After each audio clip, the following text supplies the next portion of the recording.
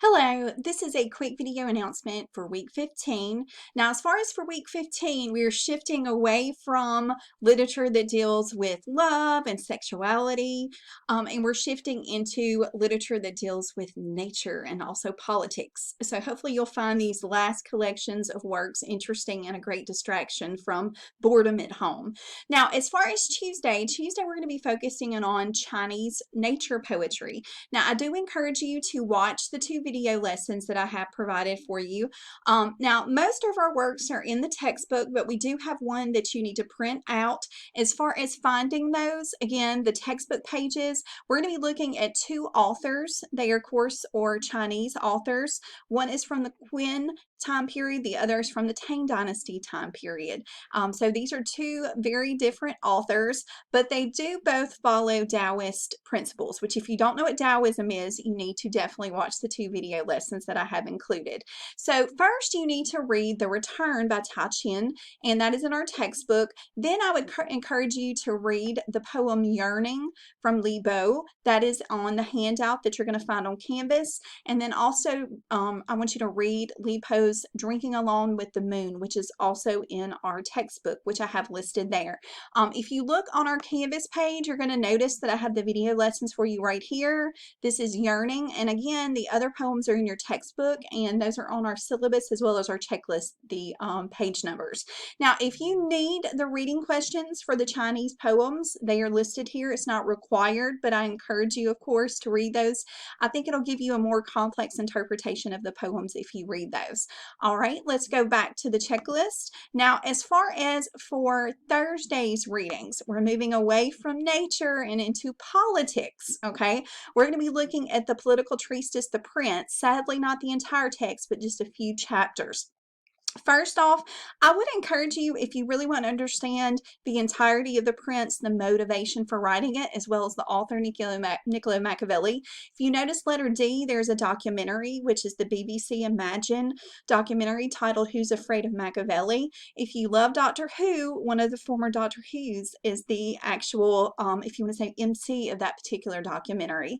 Also, you need to print out the handout that's listed there and read the work. Again, it's only 10 pages. It's just sections of The Prince, sadly not the entire text. And watch the two video lessons as well. If you look back on our page, these are the video lessons. Also, I would encourage you to look at the handout. It overviews just some basic information about Niccolo Machiavelli, his time spent as a diplomat, and also his relationship with the Borgia family, which he discusses in The Prince. And also, there's in the Prince PowerPoint, there are some essentially portraits, artistic renditions of many of the characters, the historical figures that he mentions, and the documentary as well. Now, you're going to notice, okay, after we finish The Prince, we are finished with our literary unit, okay? Now, you'll notice right here, a unit test 2. Now, your unit test 2 is not going to be due until next week. You're going to notice as far as for unit test 2, you need to essentially submit that to me, okay? You need to turn that in by Thursday, April 30th at 11:59 p.m. Do this similar to the way that you did this, okay, for our test 1. I would encourage you to download the test, okay, and then you can just put in the answers. You might want to just delete the study guide, okay, after you study it, and then of course you can email that to me. I know if some of you may have a printer. If you want to print the test out and you're someone that's tactile and you want to write down the answers, you can do that as well, but just do what's going to be easiest for you. But again, that unit test 2, that's going to be due next Thursday, April 30th at 11:59 p.m. You're also going to notice there's another assignment as well, and I want us to look at that. This one relates specifically to The Prince, okay? Now, you're going to notice we have the Machiavellian Modern Leaders presentation, okay? This is going to be kind of a last presentation assignment before your final project presentation. Now, you're going to notice what I want you to do is I want you to create a slideshow. It could be Google Slides, a Prezi, okay, a PowerPoint, whatever slideshow program creator that you use, and I want you to choose a leader. Now, this leader can be fictional. It can be someone that's from a literary work or from someone from a film or a television series, or it can be an actual, factual leader. And when I say leader, it can be a politician. It could also be someone who you just view as a leader. I had someone choose Drew Brees from the Saints at one point.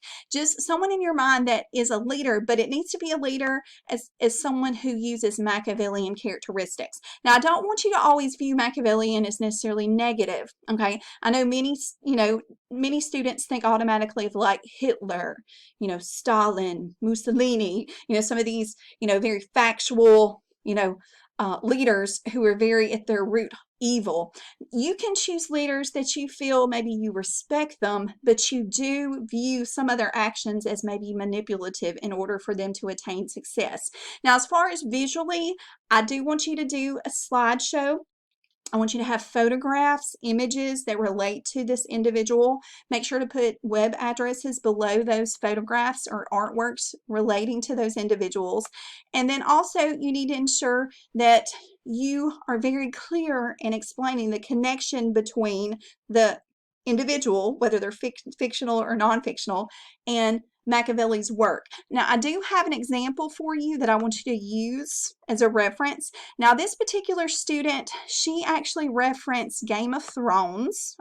Now, you could pretty much choose any character from Game of Thrones, the HBO series, to be a Machiavellian leader, okay, because most of them are. What's interesting, if you view the Imagine BBC, Who's Afraid of Machiavelli, in that particular documentary, okay, the author of the Game of Thrones series is interviewed. So I'm hoping you understand that Machiavelli did influence that particular author. Now, I want you to see the student example. Now, this student example, it's a good one, but it's not perfect, and you'll understand. I'm going to actually download it because I want you to see it in its actual slideshow form.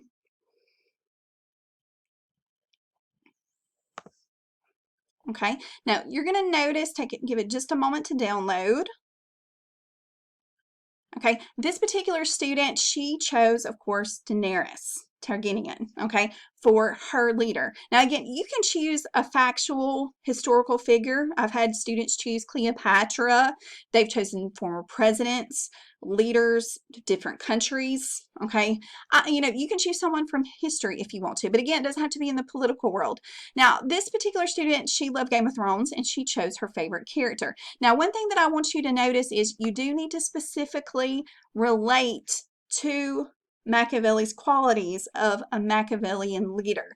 Now, if this is a fictional character, I do want you to give me just a brief biography of this character so I know who he or she is, just in case if it's maybe a medium TV series or film or graphic novel, or maybe even a historical figure I've never heard of. Give me a brief biography, okay? Then you need to specifically relate that character to those Machiavellian characteristics. Now, this student, she actually quoted from The Prince, and then she gives bulleted just discussions of the qualities that Daenerys had that showed her as Machiavellian. Now, the one thing this student forgot to do is below your pictures, you do need to put the web address, and I put a note of that. Don't forget to put the web addresses. Now, you'll notice in the lecture, I mentioned being liberal with your money versus persinimous. They talk about Daenerys in regards to that quality, okay? Also, they talk about the idea of cruelty versus mercy. If it's better to be, loved than feared. She definitely was in many ways feared, but she was also loved in some ways. It depends on who you asked. Also, two ways to fight, laws versus force. Also, the fox and the lion, using your wit and intelligence versus your brute strength. Also, being a skillful pretender, and they talk about what quality she has. And fortune and fate, which if you watched the last season, you'll know her fate, which we won't go there. I don't want to run it for you. You're going to notice this particular student, this was before the series' 8th season and final season, so this would be more in reference to the earlier seasons, just for your information. She did give the web addresses of the photos at the end, but she should have also included them below the photograph. So I wanted to make a note of that. It was a good presentation, but she did make that one error. And also she let me know the information that she got, where she got it from, if she quoted. Now, again, I just want to ensure that you are very detailed in explaining how your leader, whether it's fictional or non-fictional, how they show those Machiavellian characteristics. Now, as far as this particular assignment, if you look at the checklist, okay, the Machiavellian assignment, this is called the Machiavellian Modern Leaders presentation. This slideshow is going to be due next Tuesday, April 28th. So just to remind y'all, okay, remember your Machiavellian Modern Leaders presentation that is going to be due on Tuesday, April 28th by 11:59 p.m. Unit test 2 needs to be emailed to me, okay, by Thursday, April 30th, okay. Now, hopefully all of you have already done your online discussion 2. If you have not done your online discussion 2, you need to make sure that you also submit that this Tuesday, okay, which this Tuesday is obviously April 21st. Submit that online discussion 2 by that Tuesday night, the 21st at 11:59 p.m. I hope that you have enjoyed all of our literary works.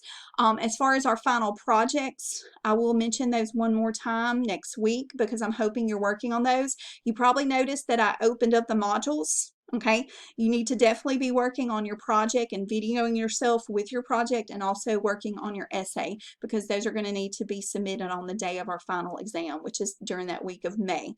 All right, if you have any questions, I encourage y'all to contact me, and I hope y'all are all doing very well during this difficult time. Thank you.